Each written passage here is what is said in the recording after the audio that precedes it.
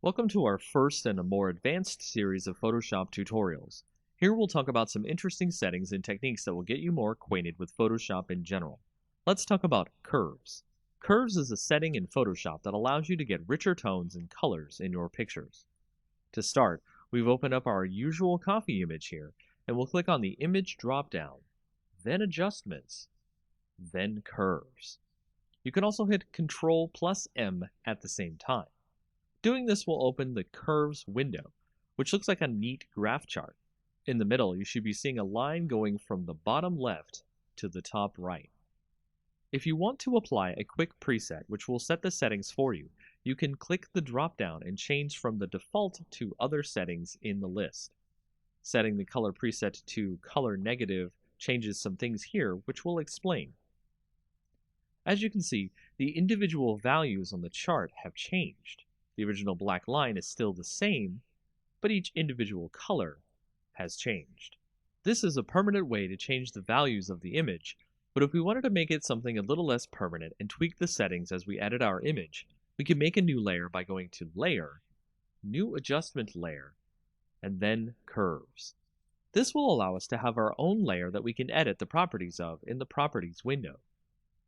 So over here in our Properties window, you can see that we can edit our curves just like the image edit we were doing before, but it is not permanent as we can hide or unhide the layer using the I button next to the layer.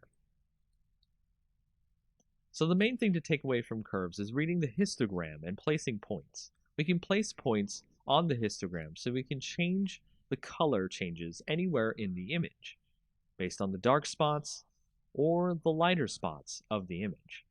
As you can see on our image, the shadows and highlights of our image aren't very great, so we can edit our colors without much interference. So if we put one point in the middle, one point on the end, and one point on the beginning, we can change the colors and alter them in subtle or more advanced ways. Curves help out many Photoshop users with images that have bad contrast or bad lighting. Use curves next time you have an image that needs tweaking. It's one of the most powerful tools in Photoshop's arsenal. Welcome to our second tutorial in our advanced line of Photoshop tutorials. This time we'll talk about some features that are similar to curves, but do things in a more individual way. Brightness, contrast, and exposure. Just like before, we'll start out with our image available. As before, we could alter the image from the Image drop-down and brightness and contrast under the Adjustments, but we'll create a new layer using Layer, New Adjustment Layer, then Brightness and Contrast. That way we can adjust without permanently changing the image. Once in the adjustment layer, we can see that we have a brightness slider and a contrast slider. Tweak your image using these settings. Left is less brightness, making it darker. Right is more, making it lighter. Negative contrast washes out the colors, while positive contrast makes the colors stand out more, but it can make the shadows too dark. Next, we'll add an exposure layer. Go to Layer, New Adjustment Layer, then Exposure Layer. Doing this, you can see we have more sliders here. The exposure slider going from negative to positive can darken and lighten the image much like the previous layers. Offset itself changes the absolute light and darkness in the image, so treat that option with care. Gamma correction allows you to add and subtract gamma, general lighting, to the entire image. It starts out at 1 and going left adds more gamma, while going right subtracts gamma. Using all these options allows you to tweak the image as you see fit, so you can make best use of lighting to get the image you want right for your projects. Welcome to the third advanced tutorial in our Photoshop series. We'll be talking about the hue and saturation layer, which works similar to our other layer and adjustment tutorials. Here I have my own image open from before. To set up a hue and saturation layer, just like before, we'll go to Layer, New Adjustment Layer, then put a new hue and saturation layer down on top of the original image. So with hue and saturation, we can see that we can adjust the layer's colors, hue, The saturation, how deep the colors are, or how light they are, to grayscale, or lightness, how dark or light in general the image is. In an image, you can make the colors much more vibrant by sliding the saturation more to the right than usual. Here we can see our copy image stand out much more visually. And if we change the hue towards more of a red spectrum, we can get the copy image to be very strong in color indeed. Use the lightness slider to make sure that things aren't too bright, as extremely vibrant color can be akin to looking into the sun for some viewers of your images. That's all for this tutorial, as you can change images you see fit to make them pop. Welcome to our fourth tutorial in our advanced series. This time, we're going to go with a more exercise-focused approach to help you get more acquainted with what a client wants and needs for their projects. Today's exercise, creating web banner ads for a client. There are many sizes that a client needs for their projects, and when doing web banner ads, you may need to do all or some of them. We'll go over the industry standards so that way you can make the banners needed for your projects.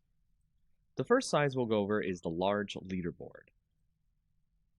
It's 970 by 90 pixels.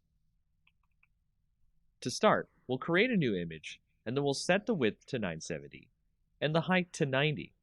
That'll give us the dimensions of the image that we want. We'll create a simple white background here. Then apply a quick text add. Make sure your text is in black so it shows up on the background.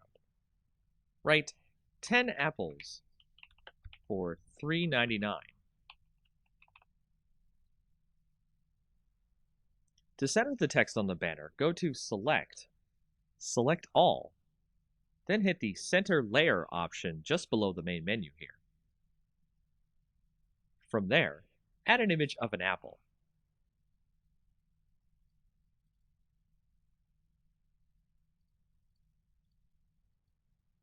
Here I've added a quick image of an apple I found on the net to both sides of the banner to give it more of a friendly look. And if we were to be finished here, this would be the first type of ad we would have to create for our client. Next, let's create a half-page ad, which is a 300 pixel by 600 pixel version. First, save our image as a PSD.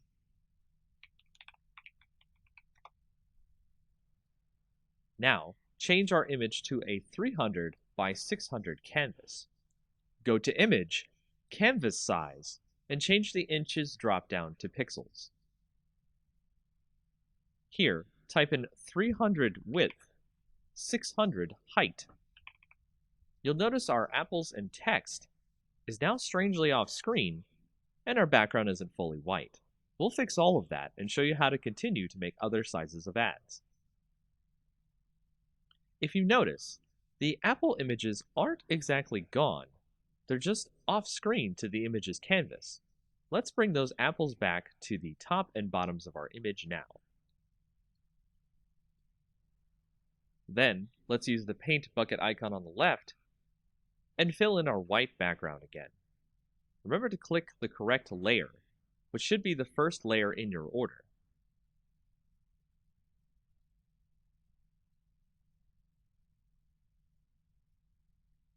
If it helps, name your layers so that you can remember which is which.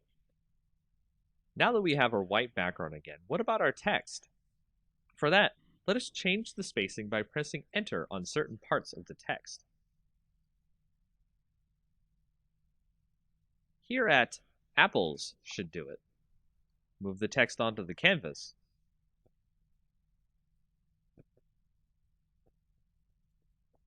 And resize the text as necessary. For vertical text, I like to use centered text under the Paragraph tab of the font properties for a more pleasing aesthetic. And there you have it. We have a new ad that can save as a separate PNG or JPEG from our original Apple ad. From here, we can create all the rest of the industry standard ad sizes: 160 by 600, 120 by 600, 336 by 280, 300 by 250, 728 by 90, 468 by 60, 200 by 200, and 250 by 250. See if you can make Apple ads for each one of them. For our next project design tutorial, we'll work on creating some great YouTube channel art for yourself or for any clients using Photoshop. Let's get started with the correct size for YouTube channel art. Open a new file, and then set the width to 2560 and the height to 1440.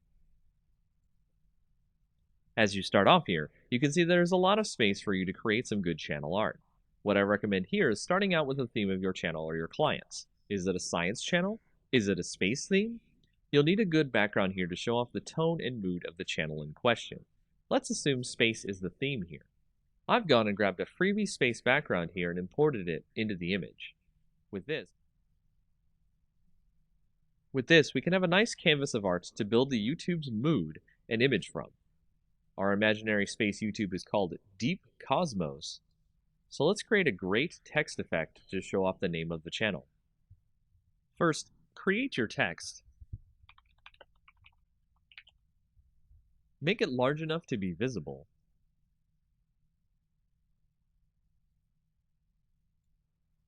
Then set the color by clicking the color part of the properties window and clicking a part of the image. Then we'll go into the layer blending option, give it a stroke, then click an inner glow effect. I've also used a different font here to give more of a unique look here. The type of font is up to you. I also recommend stacking the text on the right, so the rest of the art can breathe and show off the theme for the channel. Add more text in a readable font, probably not cursive, for what the channel is used for, space exploration.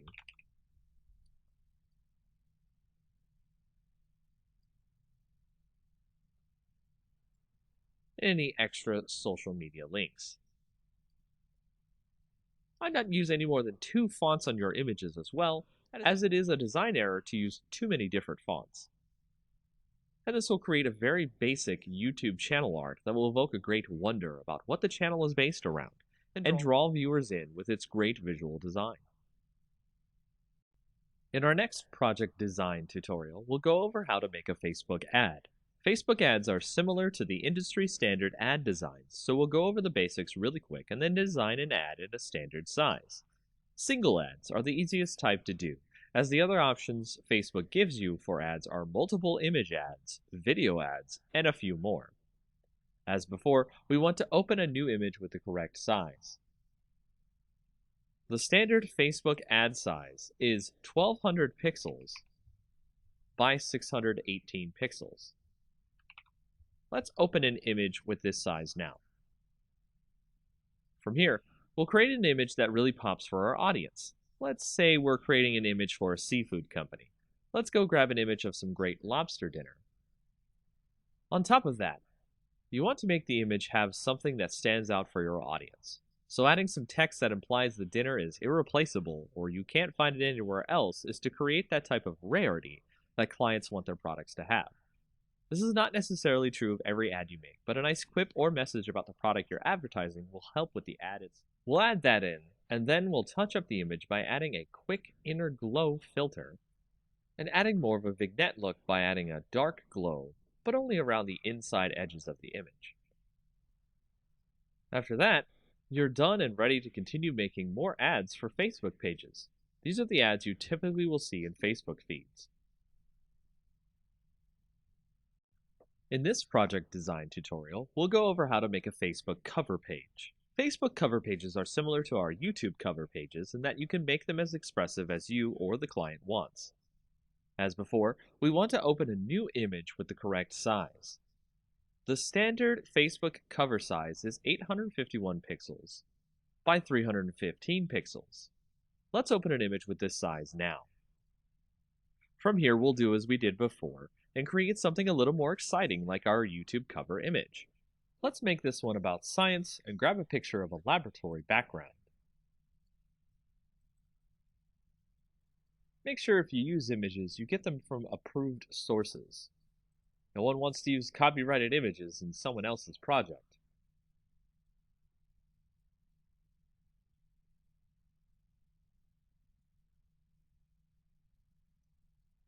Here we'll add some text, as well as maybe some other social media URLs in our image to give the impression that the page is outside of Facebook as well.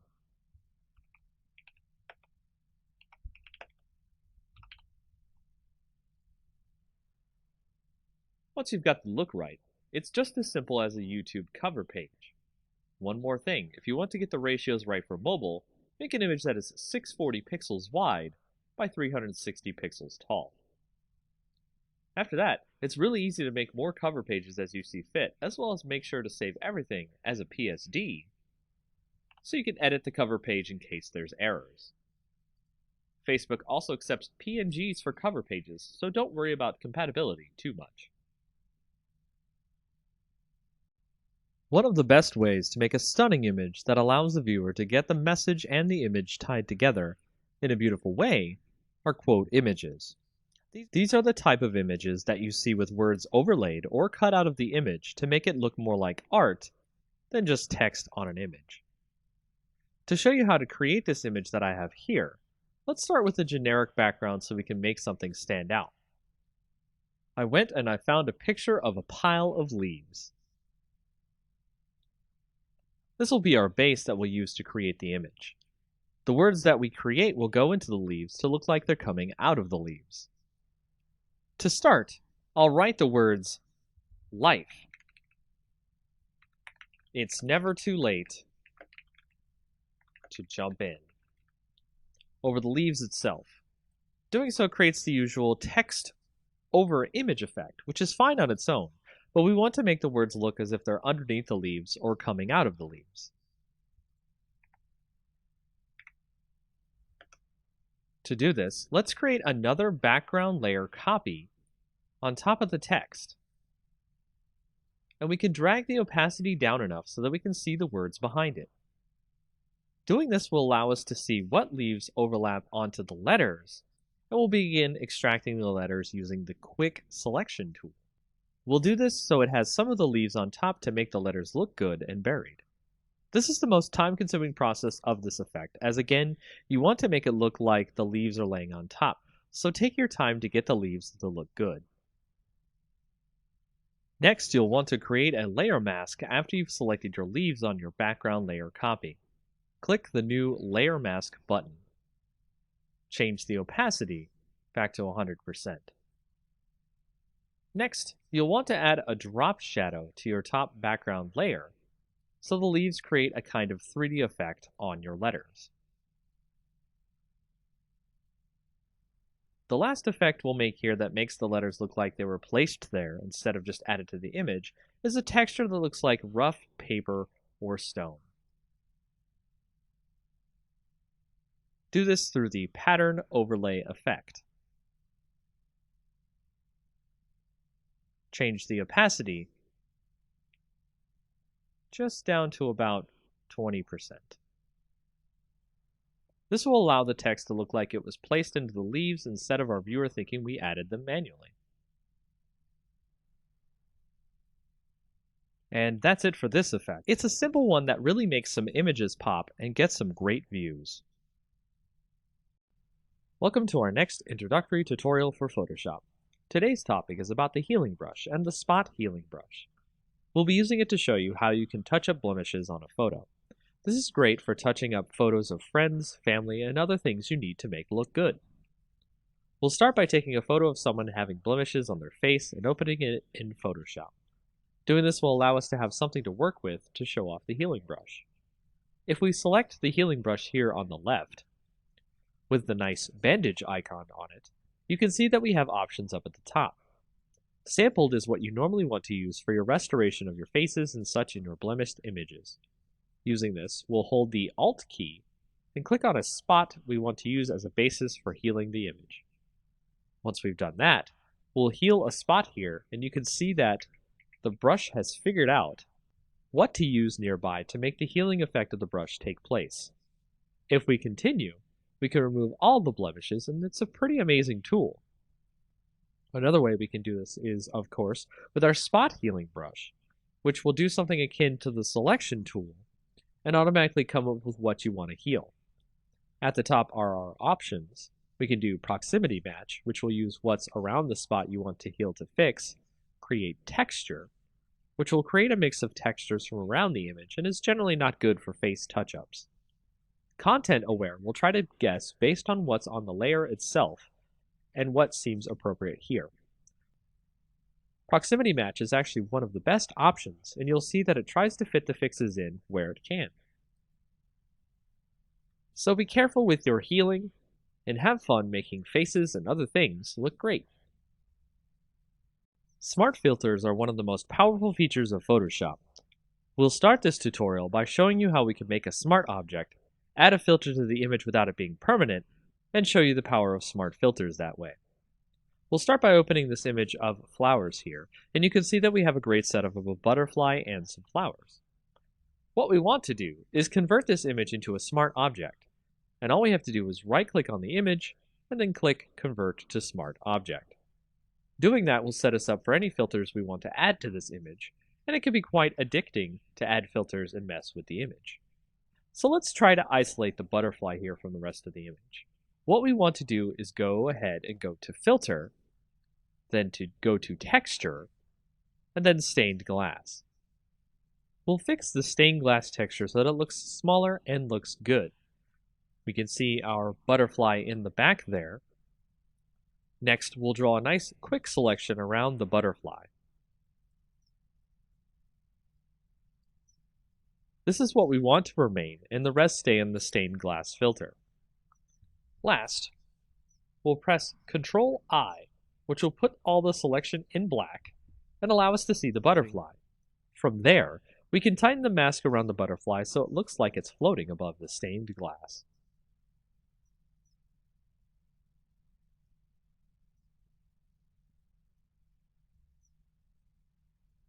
And that's just the basics with what you can do with smart filters.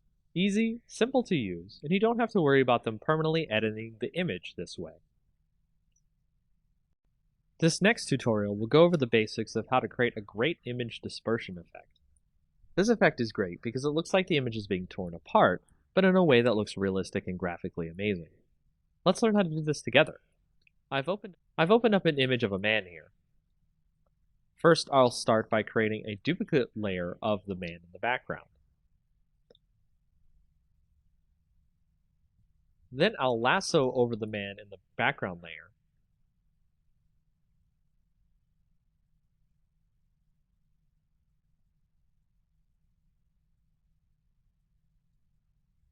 Right-click, and then do Fill. Make sure it's set to Content Aware, and it will let you fill in the background over the original man in the picture. We'll then select the entire model by using the Quick Selection tool.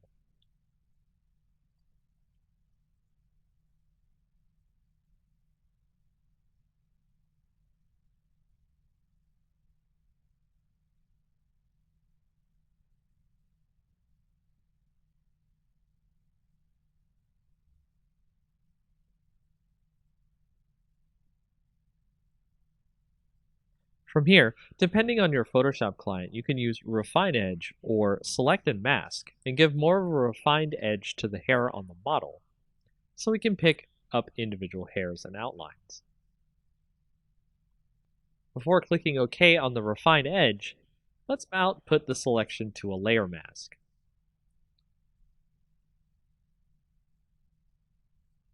Now you can see the model is on a separate background. Let's duplicate the layer now. Then apply the mask we made from the previous layer. I'll rename this layer to the dispersion effect. Then I'll make a duplicate of this layer and rename it to man. Now I'll select the dispersion layer, then select filter, then liquefy. Next, I'll warp the model using the forward warp tool so we can make sure we can have a nice canvas for our effect later. This will determine the size of the dispersion effect. Take your time with the liquefy, then when you think you're done, hit OK.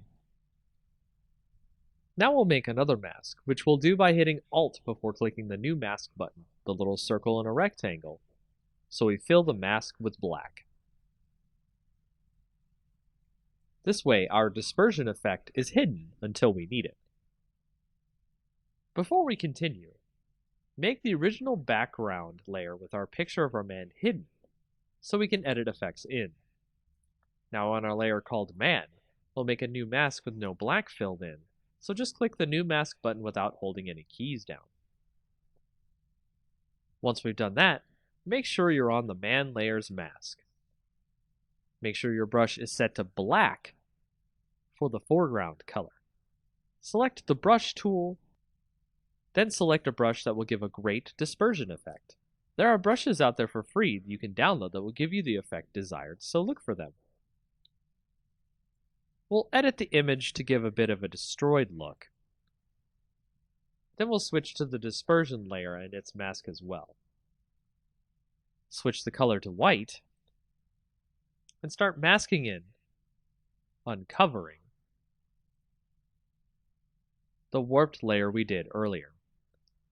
This will give you the effect of a dispersion going onto the image and looks really great. Experiment with this feature. It will allow you to create some really interesting images. Welcome back to our next tutorial in Photoshop, where we'll go over how to do a double exposure effect. A double exposure effect is how we'll blend two images together to make an interesting art project pop.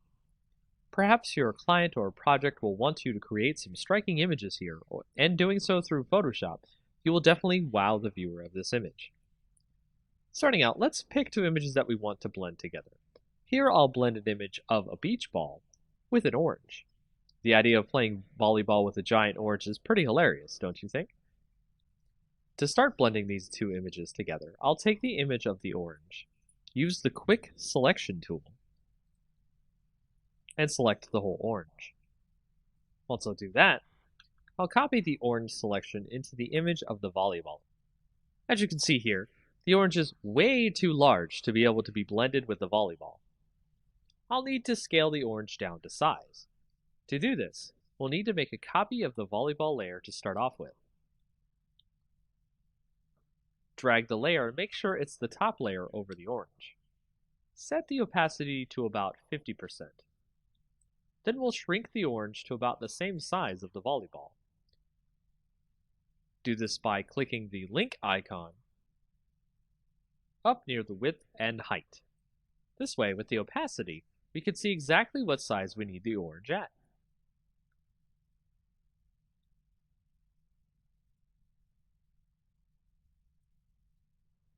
Apply the transformation when done. Next, we'll create a layer mask by clicking on the orange. Control-click the image to select all. Then move to the volleyball layer, and click the New Mask button at the bottom. Once we have that mask, we'll make a copy of the orange layer,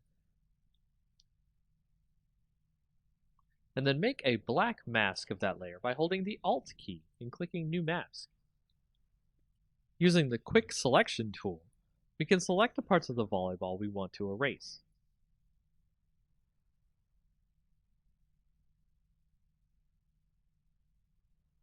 Once we've gotten the image the way we want, you can see that it has this great dual blend effect of having a volleyball that looks like a huge orange. Make sure to leave on the background for the largest effect of showing off the volleyball orange in the scene. Now you know how to use layer masks to blend two images together. Welcome to the next tutorial in our Photoshop series. We'll be doing this tutorial about a great neon text effect for your text. It's a simple effect that will make it really fun to add text to your images of brick walls, or nighttime building photos, and more. First, we'll start out with a brick wall image. Any brick wall image will do, as we will put our text over it and make it glow. Let's add some text now to the image and write neon, probably in a cursive font of some kind. Make sure the font size is large enough to fit into the middle of the image. Next, we'll add a hue and saturation layer to the image, so select the background layer, then go to Layer, click New Adjustment Layer, and then Hue and Saturation. Set the saturation to pretty low, and the lightness as well, but not too dark. We want it to be bright enough that we can see the brick wall. Next, create a new layer which we'll call Clouds. You could do this, of course, by clicking the New Layer button at the bottom, which looks like a new page. Here we'll add clouds to the layer by clicking Filter, then Render, then Clouds. Create a black layer mask on that cloud layer by Alt-clicking the New Layer Mask button. Make sure your Clouds layer is set to divide on the layer mode here. Let's use our brush tool here to uncover some clouds. Set the foreground color to white. Make sure the layer mask is selected. And set the opacity of our brush to about 50%. Make sure your brush hardness is also 0% as well. Once that's done, uncover some clouds behind the neon word.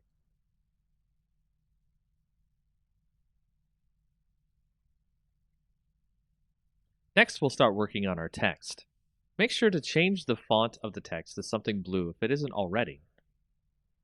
Then go into the layer blending modes.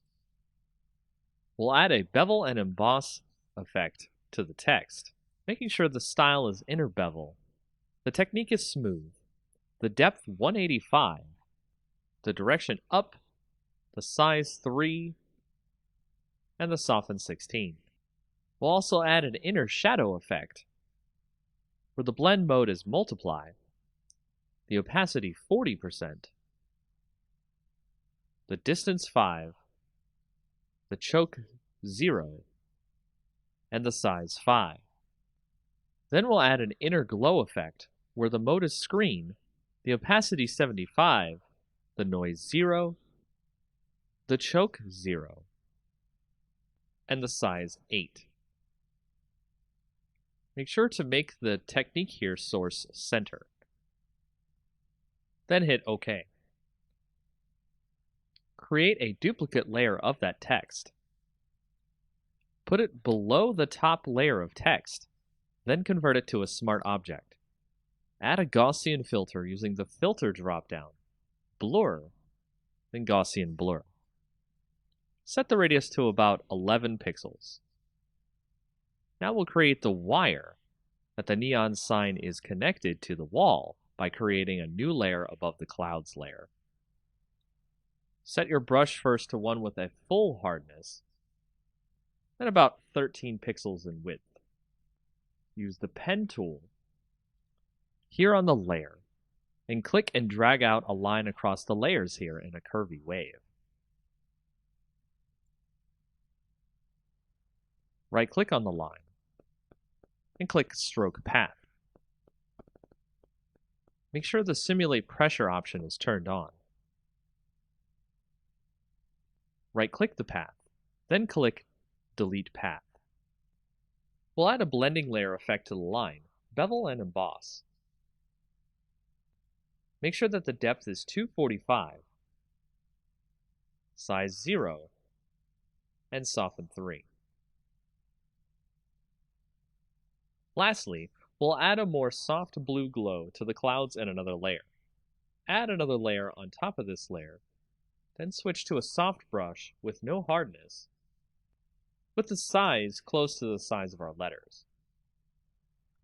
Set the opacity to about 63%. Brush in some blue. Set the layer blending to soft light. And there you have it. Our neon sign is complete. Welcome to our next Photoshop tutorial. This time we'll be doing a great fire text effect. This can create a great illusion of text that looks like it's either made of fire or on fire. We've already started with a great fire effect image we'll use later in the tutorial. We'll proceed by opening a new file, making the height 1280 and the width 720. Change the background to black by using the Paint Bucket tool, and make sure the foreground color is black. Use the Text tool next, and a great tall font. I'll type the word fire here so we can see the effect on it later. Let's go to the blending options on our layer and add an outer glow. Change the color in the box here to F70300, then hit OK. Select the satin blending next and change that color to 872D0F, and hit OK as well. Change the opacity on the satin effect to 100%. Change the distance to 10 pixels, then hit OK. Now select Inner Glow. Change the blend mode to Color Dodge here. Next, change the color to E5C23B, then hit OK. Change the opacity to 100%, the size to 10 pixels, then hit OK. Now we're done with our text, so hit right-click on the text layer and rasterize our type. Now we're going to fade out the top of our fire text. So use the eraser tool and set the brush to 250 pixels with 0 hardness. Erase some of the text as you see here.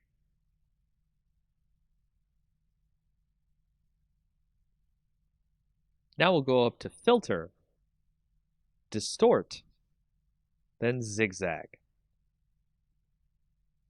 Set the amount to 4 and the ridges to 4. Make sure the style is set to Pond Ripples and hit OK. Now we'll select our fire image we've opened and copy that into our text image we're working on. Position the fire image over our text, then we'll switch over to the Channels tab here next to our layers. Hold Ctrl and click the green layer to load a selection of the areas of fire in our image. Head back to the Layers tab, then press Ctrl J to make a copy of the selection we got from the Channels tab. Delete our original fire layer. Here I'll rename the layer Fire Main to stay organized. We'll move the fire around to wherever we like in the image. From here, we'll resize the image to fit over our text, then duplicate the layers so we can make more fire effect on our text. Be sure to resize, rotate, and erase edges of the fire around the text so it looks like the text is on fire realistically. And that's how you do this effect. In our next tutorial for Photoshop, let's create a great lens flare effect for our photos. Of course, you could use the lens flare effect in Photoshop, but it usually comes out pretty cheaply made and poorly well done. We'll go make our own effect and have it look great and professional. So we'll take our image of a sunset in the back here and add a new layer to the scene. Then we'll take a brush and make sure the hardness is set to 0, the size to about 300, and then we'll change the color of our brush to white. Next, we'll paint a spot, and then zoom in to the brush effect on our image. We'll add some noise to our effect using Filter, Noise, Add Noise. Use about 3.5% of noise. Make sure it's uniform and monochromatic. And hit OK. The noise is going to prevent the effect from banding if we scale the effect. Now let's duplicate the layer. Through the right-click Duplicate Layer option, or you can use Ctrl J. We'll name the new layer White, and the old layer Orange. Next, we'll add color to the orange layer. Hide the white layer. Then go to Image, Adjustments, then hue and saturation. We'll color it by turning on the colorize option. Move the hue over to a nice orange and the saturation near 100%. You can make it a little lighter or darker if you'd like. Now we'll set the orange layer to a blend mode of screen. Then we'll set the white layer to a blend of linear dodge add. With the orange layer, we're going to free transform. Draw out our orange layer a bit, making sure that the link is selected to keep the ratio. Commit the changes. We'll select both layers, and we can drag it wherever we want. So let's move them over the sun in the image, and then free transform the effect so it's large and covering the sun. Make sure your two images are centered together. Now we have our lens flare effect. If you want to make sure that you don't want to wash out the color in the image, go to the orange layer, set it to screen, and then the white layer to linear dodge add. Change the opacity of the orange layer down to 50% or so. With the white layer, we're doing the trick here, which is the fill opacity rather than the actual opacity.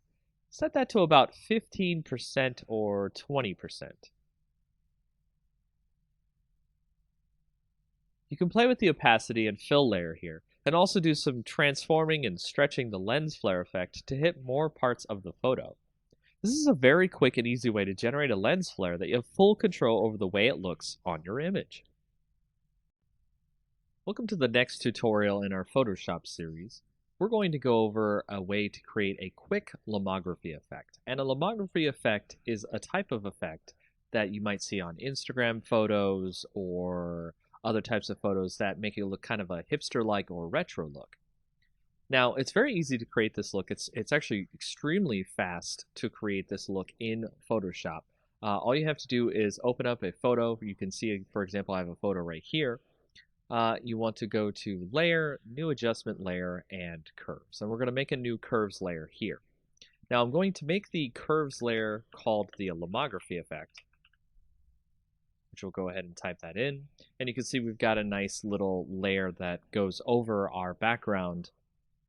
It also has its own layer, so that way we won't have to worry about making the effect on the image and not having it affect the image permanently.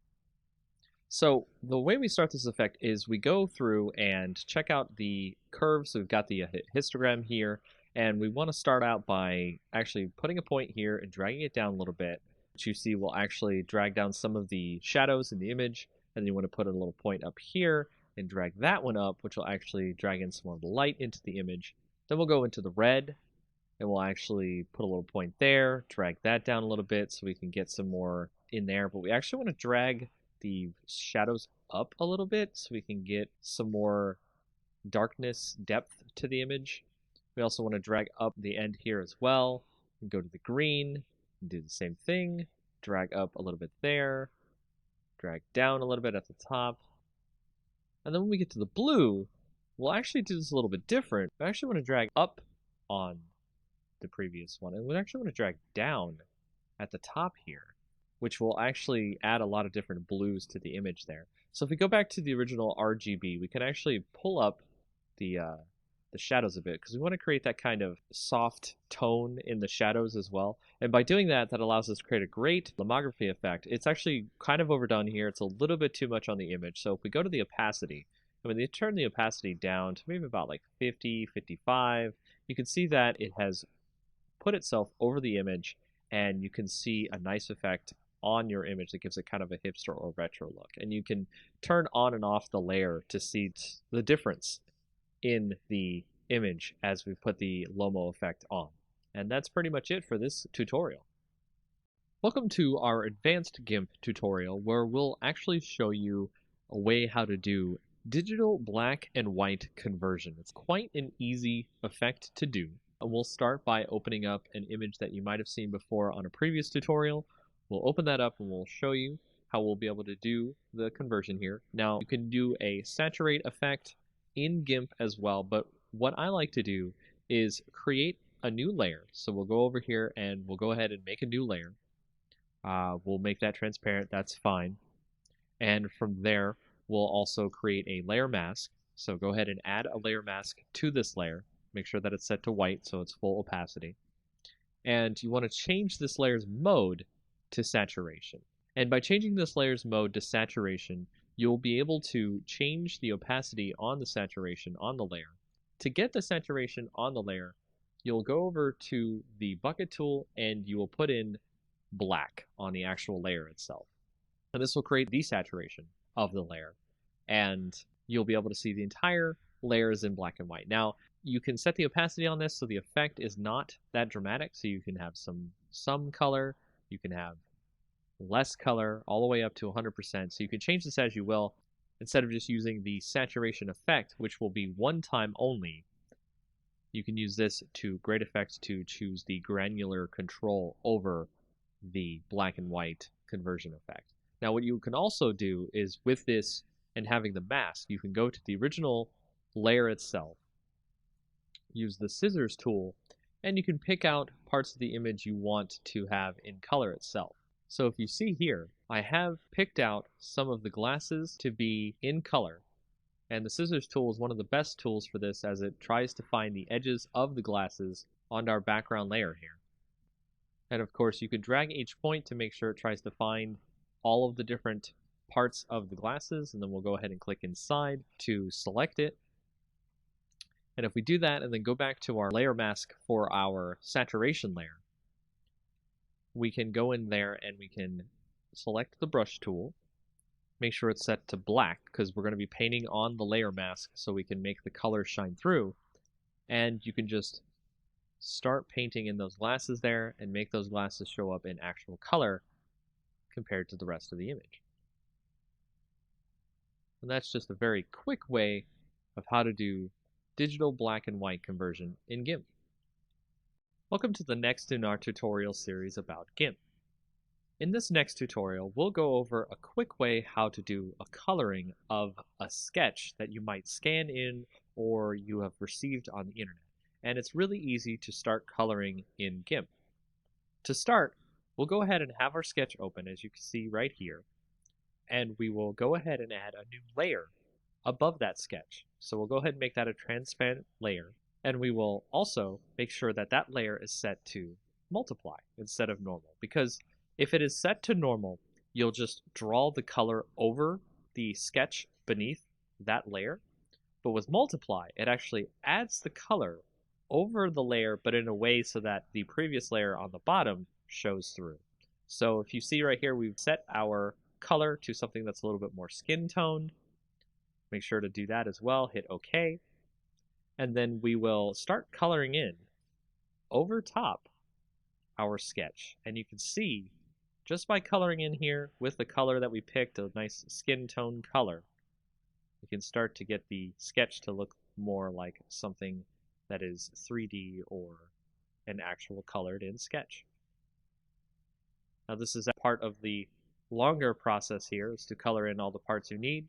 So I'm going to do just a really quick once over so that way it doesn't take too long and you can see the effects, but also we're not too worried about it being too messy. So as you can see there, I've colored in her face on this sketch. What we can also do is switch a little bit to the burn tool.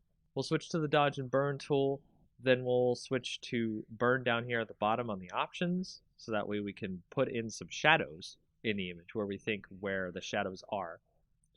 And we can make sure to change your size of your brush. You can use that using the bracket keys on your keyboard. Left bracket, right bracket changes the size of your brush. And we'll brush in some shadows here on the image, right where the shadows seem to be. If you have a sketch that has the shadows on it, it makes it easier for you to burn in some shadows. And every time you click and burn in the shadows, it will stack on top of each other, so it will make the shadows darker and darker as you continue burning. Now you can see that there are lines here that we can easily tell between the color and the shadows. So from there, you can do a little bit of smudging, and smudging allows us to mix the colors together so that way they are not just lines on the picture. So we'll actually turn down the rate here of the smudging so that way it's not too obvious, and we'll start doing a little bit of smudging on the image here. You can make the lines turn into actual colors instead of very apparent as lines. And that is a very quick and easy way to get started with coloring in GIMP. Welcome to the next in our tutorials about GIMP.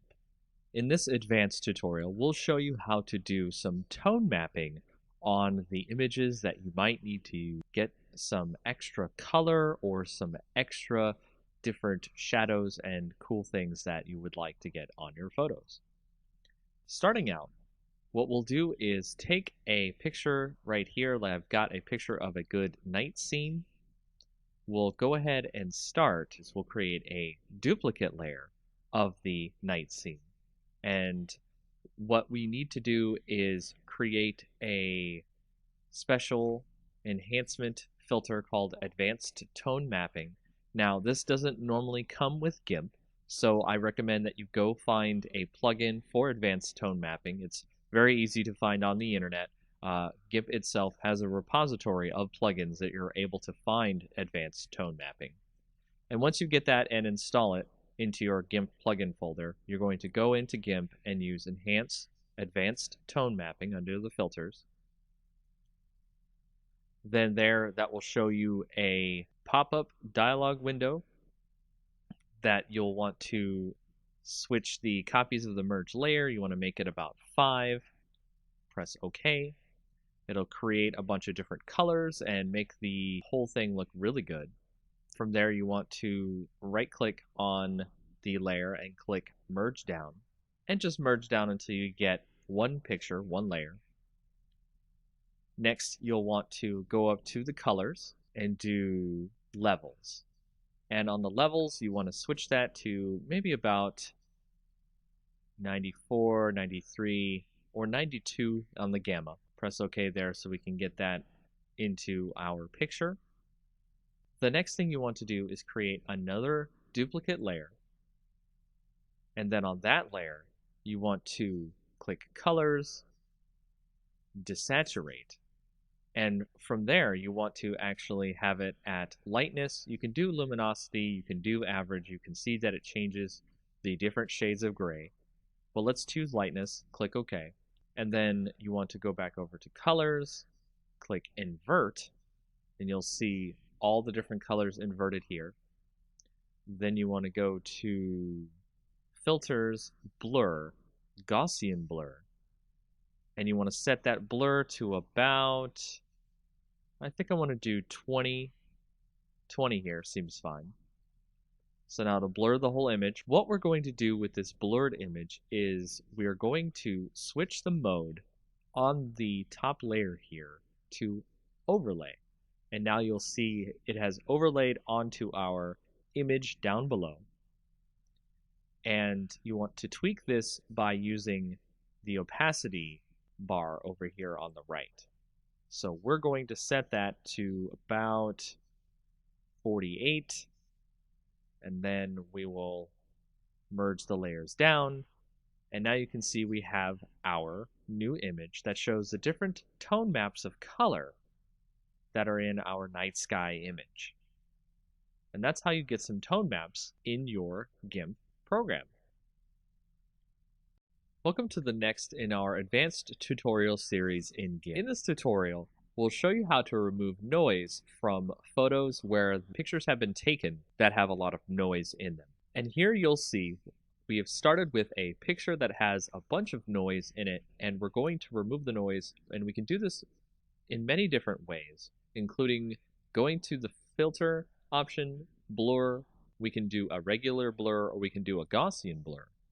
And a lot of people like to use these blurs to get rid of the noise in the image. However, there is a better tool to get rid of the noise in images. It is an extra GIMP plugin that you can go find. Once you download that and put it into your GIMP program, you'll see it under your Enhance Filter options. and it's called Wavelet Denoise. And Wavelet Denoise will allow you to bring up this dialog box that produces a better algorithm to remove the noise from your images. And when you go into it, you can see a preview of the image and the noise that will get reduced. So you can move around and find where most of the noise is coming from. And then you can go down to the thresholds and you can turn up the amount of noise being removed from the image. And you can decide whether or not you want to have more or less detail left in the image. And you can also change how much detail can be conserved when you start applying the denoise filter to the image. And then you hit OK, and you can see that it has reduced a lot of the noise in the image, and you can tweak this as you like. And there are many other different ways you can do this, but this is probably one of the best ways to remove noise from an image to make it look a little bit better to your clients or to any projects you might have in the future. And that is a quick way of how to remove extra kinds of film grain or noise in your images in GIMP. Welcome to the next tutorial in our Advanced GIMP tutorial series. This tutorial will show you about how to use luminosity masks to help you with your photos, so that way you can reduce some of the saturation in the colors of your photos, or just in general have better control over what you see inside of your photos. To start off, we have an image open here, which we're going to use luminosity masks to remove some of the saturation in the photo so we can see more of the mountain behind. So if you go over to the left, you can see we are normally on our layers section here, and we want to create a copy of our original layer, so duplicate layer. And then we want to go over to channels, and you can see what we're going to do here is select our red channel from the rest of our channels here. We want to select all on our image. I'm going to drag the red channel down to the copy down here, and then we will start by creating this one as the L for light, because we're going to save the highlights of the image and we're going to save the shadows of the image. We'll start this by right-clicking on the light part of the image, and we will subtract from selection. Make sure your entire image is still selected. That will select the darker parts of the image. And we will go to select, save to channel. That'll actually save the shadows of the image. So we'll save that as D for dark. And then if you right-click on our layer again, our light channel here, click subtract from selection one more time, it gets even further darker, and we'll save that as DD. And then we'll go back to our lights again, subtract from selection one more time, and we'll save that as DDD.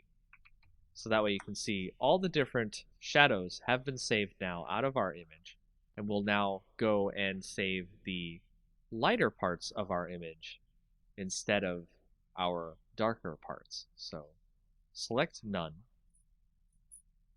then go to our darker parts of our image, select all, and when you do this, you will get the lighter parts of the image instead of the darker parts, and you will do the same thing as you did before, which is you will click Save to Channel, and then I'll save this as LL, go back to the dark parts, subtract from selection, and we'll do it again, select, Save to Channel, and then we'll save that as LLL. In doing this, you will have created a whole bunch of different channels for your different shadows and highlights in your image, and we'll be using that as a part of our layer masks to create luminosity masks. Now if you go back over to the layers, you can click on your copy, which I'll set here as light mask, and then I'll make another copy of this, which we'll call the dark mask. And then for the light mask, we'll right click and then make sure that your selection is none. So we'll right click on the light mask, click add layer mask. Instead of normally you would make it white we'll set it to channel. And you can see under our channel, we actually have all of our different channels here for our shadows and our highlights. So if we go to our light channel, we can add that, and it will actually change it so you can see our light channel removes all of our shadows from the image. And now we're able to edit the image of our luminosity layer by going to colors and colorize, making sure that our light mask layer is chosen, not the mask itself. And with the sliders here, you can see I can change the hue of the image to make it a lot better, and the lightness of the image, so that way it can come through without too much saturation going on in the image. And you can compare that to the original image, which you'll see here. Saturation, removed saturation. And there's a lot more things you can do with luminosity masks in GIMP. Welcome to the next in our tutorials about GIMP. In this next tutorial, we'll show you how to create a contrast mask for your image. To create a contrast mask for your image, you've opened a previous image you may have seen on our previous tutorials here. To start with, we will create a duplicate layer of the image. Then on there, we will right-click, click Add Layer Mask, and you want to initialize the layer mask to a grayscale copy of the layer. Then, show the layer mask so we can see what we're looking at. Go over to Colors, Invert, and then you want to also give a filter, Blur, Gaussian Blur. And then set that to about 4 or 5 on the blur radius. Next, go back to your layer mask, click Show Layer Mask to turn it off, and there you can see we have our contrast mask on our layer. Now make sure to set your layer to overlay instead of normal, so that way you can see our contrast on top of our bottom layer in GIMP. And you can change the opacity, so you can change the contrast through this contrast mask in GIMP. And that's all you need to know about making a contrast mask in GIMP. Welcome to the next tutorial in GIMP. This is a very quick tutorial, part 1, about changing background color in GIMP. It's actually a very quick way to do this in GIMP, especially if you have an image that already has a background color you'd like to remove. So the fastest way to change the color in your background is go up to Colors, Color to Alpha, and then you will see that there will be a color picker that you can pick down here, a little drop-down box from blank color to alpha, and then you can click on this little eyedropper here, click on the image, then go back to your color picker, press OK, and you'll see on the preview that it has removed the color from your background. Click OK there. The color will have been removed from your background. You may now add a new layer to your image. Make sure to have it as a transparent layer. Drag that layer beneath your current layer, which you removed your color by putting it into alpha. And then you can use the bucket fill tool to switch to any other color you'd like to add to your image. And that is the very basics about changing a background color in GIMP. Welcome to the next in our tutorials about GIMP. In this tutorial, we're going to show you how to change the background color in GIMP. This will be part 2 of our tutorials showing you how to change the background color. Another way you can change the background color in GIMP that is quite easy is go to your image, right-click, add an alpha channel if it doesn't have one already, and then from there you want to use the fuzzy select tool to select the part of the image you would like to delete to give ourselves a transparency. So you can see here it has selected all of the color besides the text itself, and if we were to continue from here, it would actually get rid of the background except for the other colors that we need to get rid of inside of the letters. To add the circles inside the text, you want to hold down the Shift button, which will add a plus symbol next to your fuzzy selector, and you can now add those bits inside the text into your selection. And doing so will allow you to delete all the parts of the image you want to get your alpha channel. So once you're finished there, just hit delete on your keyboard, and you'll see the background is now fully removed. And just like before, you can add a new layer with a transparency, put that below your current layer, and add a new color to your image by using the bucket fill tool. And that's another way about changing background color in GIMP. In our next tutorial in GIMP, we're going to show you what some of the blur filters can do to our images and add extra cool effects that might not be available elsewhere. We'll start by using our blur, Gaussian blur, motion blur, and pixelize blur filters, and that way you can see all the neat types of things you can do with your image. As you can see, we started with a bunch of duplicate layers of our original image and renamed them to blur, Gaussian blur, motion blur, and pixelize. From there, we can select our blur layer, turn that visibility on, and then go up to the filters, blur, and then blur. And it'll add a subtle blur effect to the image. You can see it on here. It's now much different from the original image. The details have been lost. And then we'll go up to our Gaussian blur, turn that visibility on, go to filters, blur, Gaussian blur, and we'll turn the blur radius to about 11 seems fine.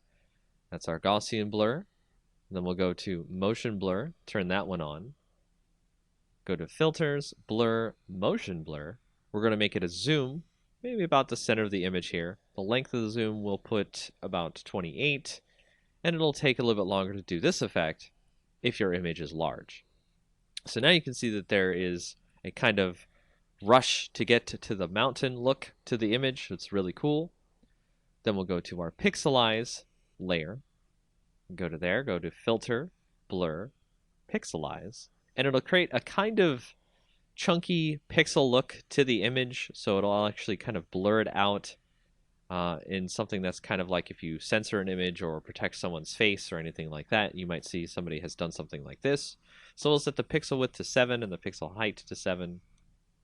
And that is the pixelized blur on our image. So if we want to go back to regular blur, let's remove all the different visibilities of the other image. And we can change the opacity on this blur, so we can change how much of the blur obscures the image, which is okay.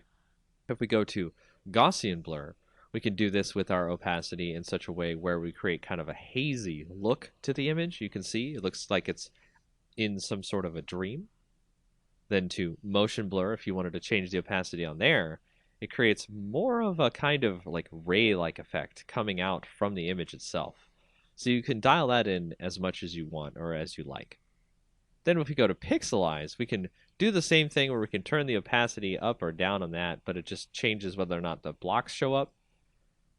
What we can do here is we can select part of the image and we can create kind of a border in the image. And to do that, we've selected a spot in the image. And then you'll want to go to the pixelize layer, add a layer mask, make it the selection that we've just put onto our layer, but invert the mask because we want a border on the inside and not just the inside of the selection as our pixelized blur. And then click add, and you can see now on the edges of the image, if you right click, select none, you can see on the edges of the image there's a nice pixelized border. And that's an intro to some of the different blur filters in GIMP.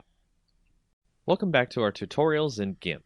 For our next tutorial, we'll show you about the selective Gaussian blur and how it can be used to remove noise from your images. Just like our previous tutorials where we've shown you how to reduce noise, we can select part of the image that we want to remove the noise from. As you can see here, I have a selection. Then go up to Filters, Blur, Selective Gaussian Blur. And in that, you want to select where the delta is. That's basically telling the Gaussian blur how much of the image you'd like to remove the noise from. and set the blur radius so that way it can come out looking good. As we hit OK here, you can see that it has removed a lot of the noise from the image by getting rid of the noise through the blur. And that's just a quick way to show you how to do selective Gaussian blur in GIMP. Welcome to our next tutorial in GIMP. We'll go over more tools that have been used in GIMP to create different effects in your image. The tools we'll go over for this part of our tutorial will include the clone tool, the healing tool, the perspective clone tool, the blur and sharpen tool, the smudge tool, and the dodge and burn tool. Starting out with the clone tool, if you go to our image that you see here, it will not let you do anything with the brush until you hold down Control, click a source on the image, and then it'll use that source when you decide to paint on your image, thus duplicating the image as you paint over it. The next tool, the healing tool, allows you to heal parts of the image much like in Photoshop when you want to fix parts of your image that have blemishes on them or other various problems. Much like the clone tool, you have to set a part of the image that you would like to use as the basis for healing the rest of the image. And as we start moving through our image, it'll try to heal the image based on what's around it, as opposed to the previous clone part where it just copied whatever it was using the source as. For the perspective clone tool, we can modify the perspective of our image, not in a permanent way, but in a way that GIMP will use when we decide to clone the rest of the image later. By going to the perspective clone option in the tool options, we can now set a source that we'd like to clone from, say this corner up here where the perspective will be changed, and we can paint that into our image. And as you can see, the perspective of the image in the upper left is now in our bottom right at a very different perspective. The next tool, blur and sharpen tool, we can set to blur. And then on our image, we can start blurring out parts of the image as we need to. And then if you set that to sharpen, you can sharpen parts of the image as you need to. You can turn up the rate on this to increase the sharpen amount, so that way you do not have to sharpen more than once on an image. If you go to the smudge tool, this will use the colors around it and smudge them together so they become more of a blur with all the colors that are included when you start smudging. The next tool, the dodge and burn tool, allows you to dodge, which is lighten up the colors in an image, but also do burn, which allows you to darken the colors in the image, creating more vibrant color as necessary. And those are some of the more advanced tools you will use in GIMP. In our next tutorial of GIMP, we'll go over some of the color tools that you'll use on your images to change various parts of your image. Much like Photoshop, these are some of the main tools you will use to switch color balance, brightness and contrast, curves, and more. So to start off, we'll go to the Colors section, Color Balance. This is probably the main tool many people use to change the actual color in the image to something that they think is much more appropriate for the image in general. And as you can see, we can change these values to increase more of the color that we want to add to the image or subtract the color. And we can change the shadows, the midtones, and the highlights of the image. The next tool is Hue Saturation, which allows us to change overall the hue colors that are added to our image. So we can make it a green or a pink or what have you. We can change the lightness of the image, how much extra light is in the image, or if there's more shadows. And we can add more saturation of color to the image or make it more toward grayscale. With the Colorize option, we can do this in a more direct way, where it adds the color directly over all of the image. And of course, you can do this with the saturation and the lightness as well. With the brightness contrast, we can change the brightness to be less on the image, the contrast to be more, and vice versa. With the threshold, we can change what the image sees in terms of darkness or light. And for this, I would recommend using a layer mask so you can have something to blend over the image itself instead of leaving this as its own layer. With levels, we can go in and change the gamma on the image so we can reduce the gamma, make it darker, or add more gamma to make it lighter. With the curves, this is much like Photoshop where you have a histogram and you can set the points on the curves to drag down the shadows, increase the highlights, and change the way the image looks on a very granular basis. If you go to posterize, it creates an image that reduces its colors into various channels of colors. You don't see many colors if you go lower on the posterize levels. That looks like it was created in older graphics editors. If you go to desaturate, we've been using this in a lot of our previous tutorials where we can desaturate by removing the colors from the image, and we can choose based on the luminosity, the average, or the lightness in the image. And that is just a quick overview of all the different color tools you could use in GIMP. Welcome to our next tutorial in GIMP. In this tutorial, we'll show you how to use the Paths tool inside of GIMP. So go over and click your Paths tool here, and on the left in the tool options, you will see that you have the Design mode, the Edit mode, and the Move mode. The Design mode allows you to create points on your image that will create a path. To connect the paths together so that way you create a completed path, go to Edit once you are finished clicking on the last point for your path, and then click on the starting point of your path. That will complete your path. From there, you can move the path if you need to, and you can start doing a selection from the path or stroke the path if you need to. As a solid color pattern, you can set the pixels of the line, and so on. Another mode you can do with paths is you can create a new path where you can create a curvature to your path. And this allows people to create some very interesting and unique paths. To create this path, you must make sure that you have the polygonal option turned off. And that's a very basic way to use paths in GIMP. Welcome to our next tutorial in GIMP. Now, in our previous tutorials of GIMP, you may have asked yourself, how do I install those scripts, plugins, and brushes that I see on the internet for GIMP? For example, we actually had a filter earlier that we used called the Advanced Tone Mapping, and we actually had to install that into our GIMP plugins folder, and the Wavelet Denoise we also had to install. So how do you do that? Well, once you find the plugin of your choice, for example, when we had to get Wavelet Denoise, you can go into your folders for GIMP, usually under Program Files, GIMP2, and then you'll see the different folders you have for GIMP.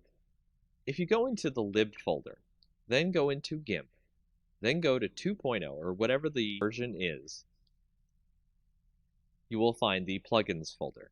And this is the folder you will want to bring any plugins that are exe files that GIMP uses as extra plugins for its program.